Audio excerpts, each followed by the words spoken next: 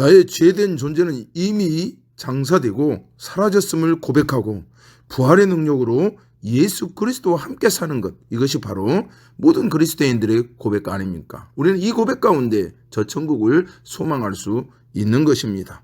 예수를 그리스도로, 우리의 구세주로, 그를 보낸 하나님을 내 아버지로 내가 입으로 시인하고 마음으로 믿는 자들은 다 천국을 소유한다고 주님께서 우리에게 말씀하고 있습니다. 이 사실을 우리가 믿고 이 사실을 신뢰할 때 우리는 구원받은 그리스도인이 될 수 있다는 말씀입니다. 로마서 6장 8절 말씀에 보면 만일 우리가 그리스도와 함께 죽었으면 또한 그와 함께 살 줄을 믿노니 아멘. 여러분, 우리의 죄를 그리스도와 함께 십자가에 못 박으시길 바랍니다. 사도 바울이 이 능력으로 주님의 위대한 사명을 감당한 것처럼 우리도 이전 것은 지났으니 보라 새 것이 되었다는 이 바울의 고백처럼 이제는 우리의 모든 죄악들을 그리스도의 십자가에 못 박고 새롭게 거듭난 삶을 더불어 사시는 우리 다 함께하는 교회의 모든 성도들 되시길 주님의 이름으로 간절히 축복하고 축원합니다. 또한 예수님은 승천하셔서 하나님의 우편에서 우리를 위해 지금도 기도하고 계십니다. 부활하신 주님께서는 제자들이 보는 앞에서 들려 올라갔습니다. 사도행전 1장 9절부터 11절 말씀에 분명히 기록하고 있지 않습니까? 여러분, 주님이 승천하셨다는 것은 어떤 의미가 있을까요? 그것은 하나님의 우편에 계시다는 것, 그것은 그가 곧 왕이라는 뜻입니다. 하나님의 우편에 앉아 계신다, 그 말은 곧 권세를 의미하고 있는 것이죠. 하나님의 보좌 옆에 계시다는 것은 그리스도의 주권과 그 전능한 힘, 그리고 그 권위를 나타내고 있는 것입니다. 이는 곧 부활하사 승천하신 그리스도가 바로 하나님의 권능으로, 하나님의 권세로 계심을 의미하는 것입니다. 온 세계 역사의 주권자 되심을 상징하는 말씀입니다. 승천은 참 부활의 뜻을 온 천하에 일러주는 것이기도 합니다. 이처럼 기독교는 부활에서 시작해서 재림으로 완성되는 종교입니다. 오직 예수, 오직 부활, 오직 십자가, 오직 재림만을 바라보고 전진하는 우리 모두가 되시길 간절히 소망해 봅니다.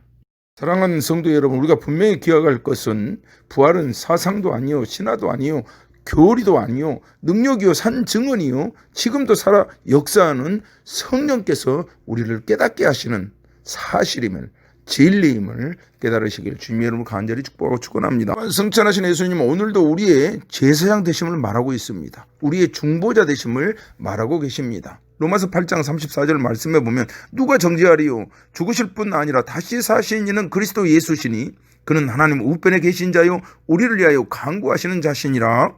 아멘. 하나님의 우편에 앉아 계시면서 우리를 위하여 주님은 기도하고 계십니다. 우리의 죄를 대신 고백하며 사함받게 하기 위하여 기도하시면서 중보자의 역할을 하고 계시다고 성경이 우리에게 교훈하고 있습니다. 또한 예수께서 선지자로 계심을 의미하고 있습니다. 영으로 오셔서 모든 사람에게 감화와 감동을 주시는 신령한 선지자로서 역할을 하고 계십니다. 예수님은 멀리 계신 것이 아닙니다. 성령을 통하여 우리 가운데 계십니다. 그리고 지금 하늘나라에서 하나님과 더불어 성령을 통하여 교회를 돌보시며 이끄십니다. 모든 인류의 구원을 위하여 구주로서의 사명을 시공간의 제한을 받지 않고 감당하고 계신 것입니다. 예수님의 초림에 관한 예언은 구약에 356회나 기록되어 있습니다. 예수님에 관한 예언은 크게 5가지인데 예수님의 탄생과 예수님의 생애와 그리고 십자가와 부활 그리고 이 재림에 대한 예언과 성취였습니다. 그러나 아직 성취되지 않는 이 예언이 바로 이 재림인데 이 재림은 신약의 216장 중 316회나 언급하고 있습니다.